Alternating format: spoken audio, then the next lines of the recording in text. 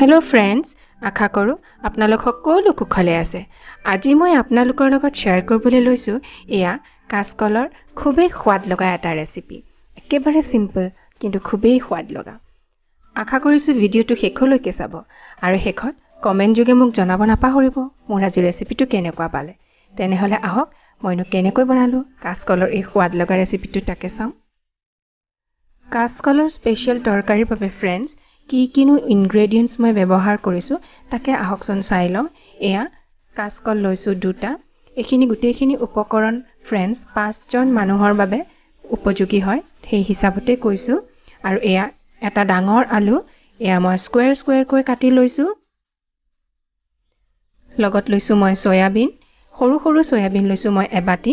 এয়া মই বইল কৰি থৈ দিছোঁ আগতেই, কিয়নো গোটেইখিনি দেখাব গ'লে প্ৰচিডিউৰটো বহুত দীঘল হৈ যায়। আৰু এয়া আছে টমেটো পিউৰি, এয়াও আছে সৰু বাটিৰে এবাটি। এটা মিডিয়াম চাইজৰ পিঁয়াজ মিহিকৈ কাটি লৈছোঁ, প্ৰায় এবাটিয়ে হৈছে, অকণমান কম। মছলাৰ ভিতৰত আছে এয়া হিং, আদা নহৰু আৰু কেঁচা জলকীয়াৰ পেষ্ট, এয়া প্ৰায় 2 চামুচ হ'ব। আৰু এয়া আছে তেজপাত তেলত দিবলৈ, নিমখ, হালধি, ধনিয়া গুড়ি, জিৰা গুড়ি, গৰম মছলা আৰু এয়া জালুকৰ গুড়ি আৰু অকণমান কৰ্ণফ্ল'ৰ। লগত ৰান্ধিবলৈ কুকিং অইলটো লাগিবই নহয় জানো। তেতিয়াহ'লে আহক আগতে কলকেইটা বাকলি গুচাই টুকুৰকৈ কাটি লওঁ। ফ্ৰেণ্ডছ আহক এতিয়া আমি ষ্টাৰ্ট কৰোঁ। এয়া মই ৰাইচ ব্ৰেন অইল উঠাই দিছোঁ, প্ৰায় 2 হেতা আছে। আগতে মই আলুখিনি ফ্ৰাই কৰি ল'ম। গৰম তেল লাহে লাহে আলুখিনি দি দিলোঁ আৰু অলপ পৰ গল্ডেন ব্ৰাউন হোৱালৈ ভাজি ল'ম। কাচকল হয়তো আপুনি বিভিন্ন ধৰণেৰে খাইছে, কিন্তু এনেকৈ যদি খোৱা নাই এবাৰ খাই চাবচোন, বিৰাট টেষ্টি হয়। আমাৰ আলুখিনি ভাজা হৈ গৈছে, প্ৰায় ধুনীয়া কালাৰ চেঞ্জ হ'ব ধৰিছে। এয়া ফ্ৰেণ্ডছ দেখিছেনে, এনেকৈ লৰাই অলপ পৰ মই ভাজি ল'ম। কাচকলৰ গুণাগুণৰ বিষয়েনো কি ক'ম ফ্ৰেণ্ডছ, মই আগতেও শ্বেয়াৰ কৰিছোঁ। কাচকলৰ মই আগতেও 2টা ৰেচিপি আপলোড কৰিছোঁ ফ্ৰেণ্ডছ, ৰ' বানানা কোফ্তা কাৰী উইথ ইটছ হেল্থ বেনিফিটছ আৰু কাচকলৰ কাটলেট। আপোনালোকে যদি বিচাৰে চাই ল'ব পাৰে, মই ডেছক্ৰিপশ্যন বক্সত লিংকটো দি দিম। চাওঁতে এয়া ফ্ৰেণ্ডছ আলুখিনি ভাজা হ'লেই, আহক তেলৰ পৰা উঠাই লওঁ।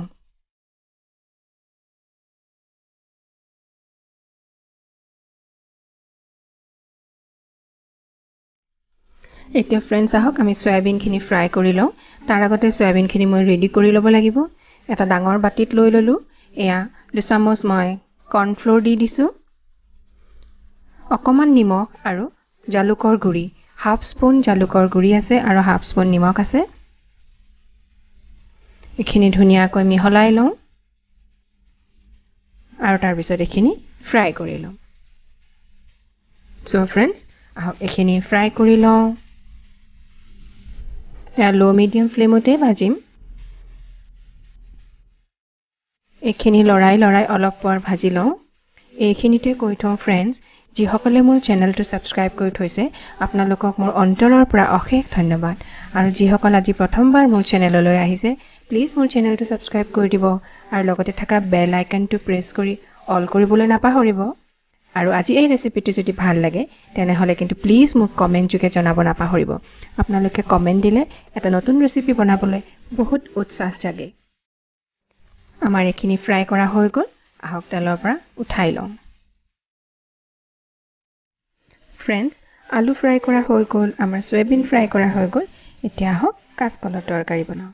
এয়া মই অকণমান হিং দি দিলোঁ, দুখিলা তেজপাত দিলোঁ আৰু এয়া মিহিকৈ কাটি লোৱা পিঁয়াজ এইখিনিও দি দিলোঁ। আদা নহৰু আৰু কেঁচা জলকীয়াৰ পেষ্ট এয়া 2 চামুচ আছে, এয়াও দি দিলোঁ। কেঁচা জলকীয়া ফ্ৰেণ্ডছ মই 3টা ইউজ কৰিছোঁ, আপোনালোকে নিজৰ সোৱাদৰ অনুযায়ী কম বেছি কৰি ল'ব। এইখিনি লৰাই অলপ পৰ ভাজি ল'ম আৰু এয়া নিমখ 1 চামুচ সোৱাদৰ অনুযায়ী আৰু 1/2 চামুচ হালধি এইখিনিও দি দিলোঁ। এইখিনি লৰাই অলপ পৰ ভাজি ল'ম। অলপ পৰ ঢাকি থৈ দিম, তেতিয়া পিঁয়াজখিনি সোনকালে সিজিব।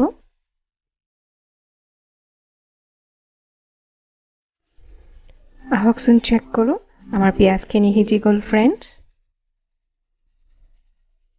এয়া ফ্ৰেণ্ডছ কাঁচকলখিনি মই এনেকৈ স্কুৱেৰকৈ কাটি লৈছোঁ ডাঙৰকৈ কাটিছোঁ কিয়নো সৰুকৈ কাটিলে খুব সোনকালে কাঁচকল সিজে আৰু গলি যাব এইখিনিও দি দিলোঁ খিনি লৰাই অলপ পৰ ভাজিব লাগিব কাঁচকলৰ গুণাগুণৰ বিষয়ে ফ্ৰেণ্ডছ কৈ শেষ কৰিব নোৱাৰি ইয়াত প্ৰচুৰ পৰিমাণৰ ভিটামিন চি আছে ভিটামিন B6 আছে প্ৰচুৰ পৰিমাণৰ এন্টিঅক্সিডেন্ট ই আমাৰ শৰীৰৰ ইমিউন সিস্টেমটো বুষ্ট আপ কৰাত সহায় কৰে ফ্ৰেণ্ডছ বাকি মছলাখিনি দি দিওঁ এয়া আধা চামুচ আছে জালুকৰ গুড়ি এচামুচ গৰম মছলা এচামুচ জিৰা গুড়ি আৰু এচামুচ ধনিয়া গুড়ি এইখিনি লৰাই অলপ পৰ ভাজি লওঁ কাঁচকলত ফ্ৰেণ্ডছ প্ৰচুৰ পৰিমাণৰ ফাইবাৰ থাকে গতিকে weight loss কৰাটো সহায় কৰে এতিয়া অলপ পৰ ঢাকি থৈ দিম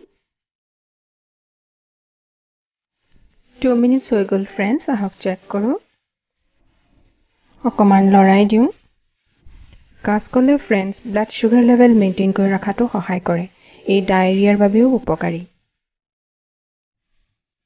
কাঁচকলখিনি আমাৰ আধা সিজিলে ফ্ৰেণ্ডছ ইয়াত মই অকমান পানী দি দিওঁ আপুনি যদি গ্ৰেভি নিবিচাৰে আপুনি ড্ৰাইকেও বনাব পাৰে কিন্তু মই ড্ৰাই ভাজিবোৰতকে তৰকাৰী টাইপৰ ৰেচিপিবোৰ বেছি প্ৰিফাৰ কৰোঁ মই অকমান পানী দি দিলোঁ এয়া ফ্ৰাই কৰা আলুখিনিও দি দিলোঁ অকমান লৰাই দিওঁ আৰু এইখিনি অলপ পৰ আকৌ ঢাকি থৈ দিম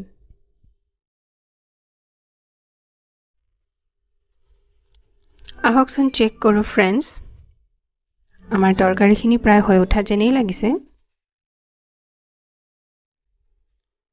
আলুখিনি অলৰেডি সিজিছে ফ্ৰাই কৰি লোৱা কলখিনিও সিজিলে এতিয়া মই ইয়াত বিলাহী পিউৰিখিনি দি দিম বিলাহী পিউৰিখিনি ফ্ৰেণ্ডছ আপুনি মছলা ভাজোতে তেলতো দি ল'ব পাৰে মই কিন্তু পিছতেই দিওঁ কাঁচকলখিনি সিজাৰ পিছতহে দিওঁ এনেকৈ আকৌ অলপ পৰ ঢাকি থৈ দিম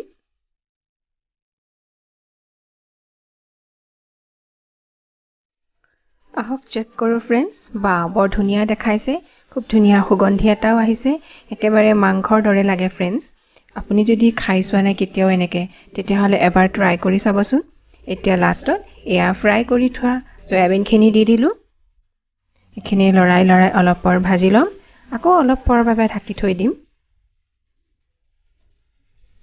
এইটো ফ্ৰেণ্ডছ বহুত টেষ্টি ৰেচিপি হয় অকল টেষ্টিয়ে নহয় বহুত হেলদি ৰেচিপিও হয় সো আকৌ এবাৰ কৈছোঁ প্লিজ এবাৰ ট্ৰাই কৰি চাবচোন